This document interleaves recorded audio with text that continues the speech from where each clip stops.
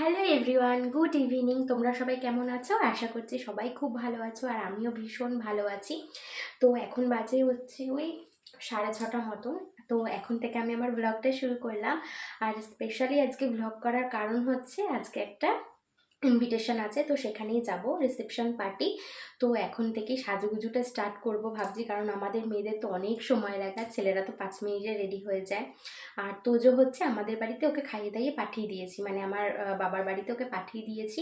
ওকে আর নিয়ে যাব না, বিকজ ওর কিছুদিন আগেই তোমরা দেখেছো ওর ভীষণ শরীর খারাপ ছিল, নেবুলাইজার পর্যন্ত চলেছে। তো সেই জন্য ওকে নিয়ে যাব না। এটা নৈহাটিতেই প্রোগ্রাম।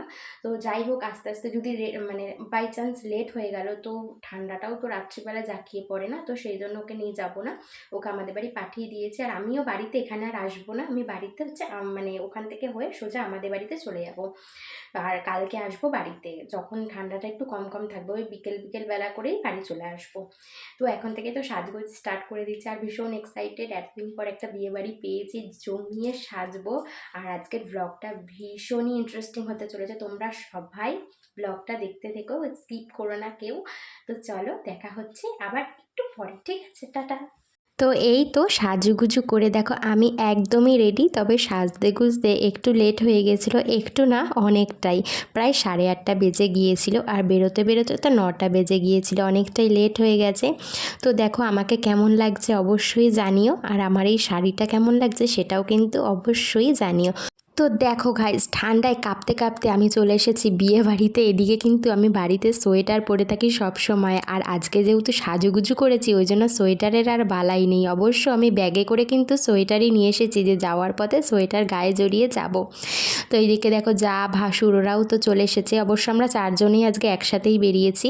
আর এই যে এই দাদা বৌদিরই আজকে রিসেপশন ছিল। তো চলো এবার ওপরে যাওয়া যাক। তার আগে আমার পতিদেবকে দেখাই, দেখো একদম নতুন বর সেজে চলে এসেছে, দেখেছো? স্যুট বুট পরে আমার পতিদেবকে কেমন লাগছে অবশ্যই জানিও কিন্তু।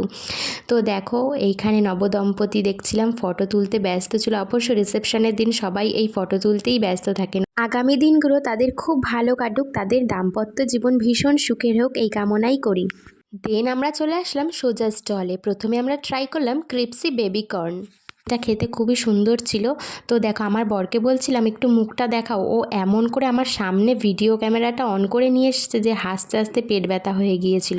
তো তারপরে আমার ভাসুররা নিয়ে চলে এসেছিলো হচ্ছে কাবাব। তো কাবাবটাও ট্রাই করলাম। তারপরে দেখো এখানে হচ্ছে অন লাইভ জিলিপি হচ্ছিল, তো জিলিপিটা ট্রাই করিনি। আর এইখানে হচ্ছে আমি আইসক্রিম কাউন্টারে আসলাম, তো বললো কি কি ফ্লেভারের নেবে। তো এখানে দেখলাম অনেক কিছু ফ্লেভার ছিল, তো আমি রাবড়িটাই নিয়েছিলাম।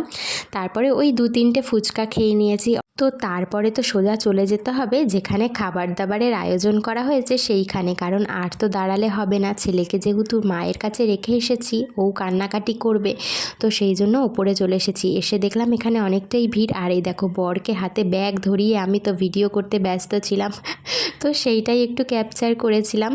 অনেকক্ষণ প্রতীক্ষার অবসান ঘটিয়ে অবশেষে আমরা বসতে পেরেছি। তো এই তো বসেও আমাদের ফটো ভিডিও তোলার শেষ নেই, এখানেও আমাদের ভিডিও ফটো সবই তুলতে হবে। আসলে বসে থাকতে না একদম বিরক্তি লাগে, তো সেই জন্য ভিডিও ফটো অন করে যতক্ষণ পেরেছি ফটো ভিডিও ক্যাপচার করেছি। তো দেখো খানিকক্ষণ বাদে চলে আসলো আমাদের প্লেট। তো এবার প্লেটটা খুলে দেবার দায়িত্ব আমার পতিদেবের। তো দেখো খুলে দিল, আর খুলেই বলছে তোমাদের সবার থালাগুলো কি চকচক করছে, আর আমার থালাটা কেন এত পুরনো লাগছে, সেই নিয়েও তো খানিকক্ষণ হাসাহাসি হলো। তারপরে চলে আসলো কলা পাতা। তো দেখো কলা পাতা সুন্দর করে সার্ভ করে চলে আসলো এখানে জলের বোতল, যেটা ছাড়া খাওয়াটাই অসম্পূর্ণ। দেন চলে আসলো সুন্দর একটি মেনু কার্ড।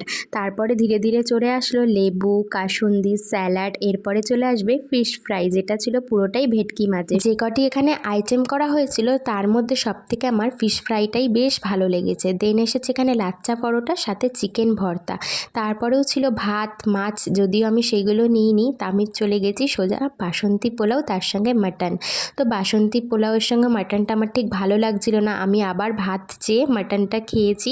তারপরে তো এখানে চাটনি, পাঁপড়, মিষ্টি সব কিছু শেষ করে এই দেখো হাত ধুতে ব্যস্ত হয়ে পড়েছি আমরা, কারণ আবার নতুন ব্যাচ বসবে। খাওয়া দাওয়ার পর্ব শেষ করে চলে এসেছি আবার নিচে। আসলে তখন তো তোমাদের পুরোটা ঘুরিয়ে দেখাতে পারিনি, এতটাই ভিড় ছিল। এখন খানিকটা ফাঁকা হয়েছে, ওই জন্য ঘুরিয়ে পুরোটা তোমাদেরকে দেখালাম। আর এইখানে দেখো আমার ব্যাকগ্রাউন্ডে এত সুন্দর করেছিল, সেখানেও আমাদের ফটো তোলা হয়েছিল না, ওই জন্য সবাই মিলে অনেক কটি ফটো তুলে নিলাম। আর এইখানে দেখো আমার পতিদেব তোমাদের টাটাও বলে দিল। আসলে অনেকটাই রাত হয়ে গিয়েছিল, প্রায় 12টা। তো চলো ভিডিওটা এখানেই শেষ করলাম। আমার এই রিসেপশনের ব্লগটা তোমাদের কেমন লাগলো অবশ্যই জানিও। ততক্ষণের জন্য টাটা।